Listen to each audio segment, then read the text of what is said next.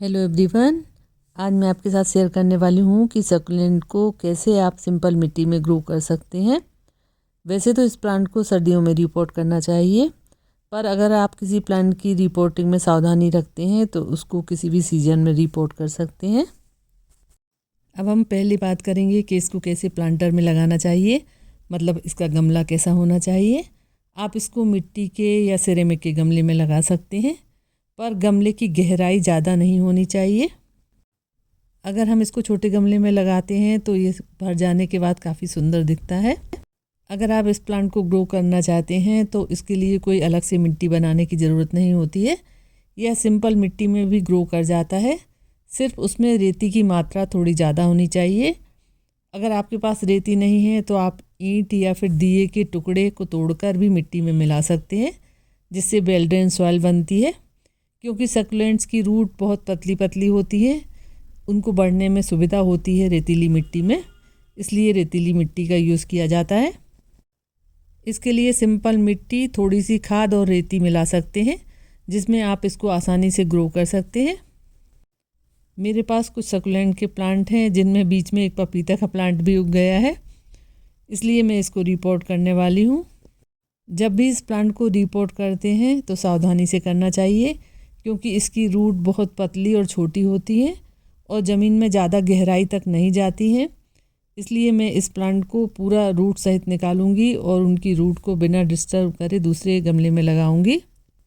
मैंने बहुत सारे वीडियो देखे हैं कि जब नर्सरी से प्लांट ला के रिपोर्ट करते हैं तो पूरी मिट्टी निकाल देते हैं। मैंने ऐसा नहीं किया है, क्योंकि मेरा ये प्लांट पहले भी सिंपल मिट्टी में लगा था और अभी मैं इसको सिंपल मिट्टी में ही लगाऊंगी। मैंने इसमें कोई भी परलाइट वगैरह नहीं मिलाया है, सिर्फ रेती मिलाई है। अब इसको कैसे लगाया जा सकता है, इसका आप छोटा प्लांट भी नर्सरी से ख़रीद के ला सकते हैं, या फिर इसको लीफ से भी अलग किया जा सकता है। मैं आगे जाकर आपको इसकी कुछ लीफ बताऊंगी, उनको कैसे लगाते हैं। दोनों प्लांट को मैंने अच्छी तरह रूट निकाल कर रिपोर्ट किया है, मैंने उसकी मिट्टी को अलग नहीं किया है। अब मैं आपको बताऊंगी कि इनको कैसी जगह पर रखना चाहिए।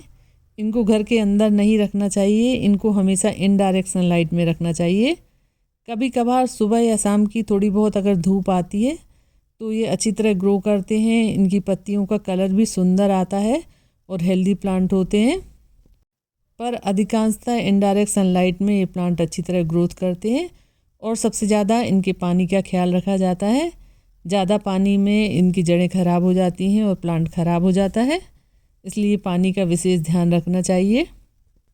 मेरे प्लांट सिंपल मिट्टी में लगे हुए थे, इसीलिए मैंने इनको सिंपल मिट्टी में ही लगाया है। आप भी सिंपल मिट्टी में भी ग्रो कर सकते हैं सक्यूलेंट्स को, कोई स्पेशल मिट्टी बनाने की ज़रूरत नहीं होती है उसमें। इसको लगाने के लिए मिट्टी अच्छी बनाना चाहिए, जिससे पानी बिल्कुल भी ठहरे नहीं, वरना प्लांट खराब होगा। इस तरह मैंने इस प्लांट को रिपोर्ट किया है।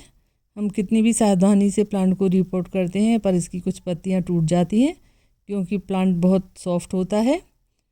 इसको पत्तियों से भी प्रोपोगेट किया जा सकता है। पत्तियों को सिंपल मिट्टी में लगा देते हैं तो उससे छोटे छोटे नए प्लांट निकल आते हैं। जहाँ हम पत्ती को लगाते हैं उसके बगल से ही छोटा प्लांट निकलता है। अगर आप नर्सरी से नया प्लांट नहीं लाना चाहते हैं, क्योंकि ये कॉस्टली आता है, तो आप सिंपल लीफ से भी इसको ग्रो कर सकते हैं, पर लीफ से ग्रो करने में काफ़ी टाइम लगता है। आशा है आपको वीडियो पसंद आया होगा। अगर पसंद आए तो लाइक करें, मेरे चैनल को सब्सक्राइब करें। Thank you.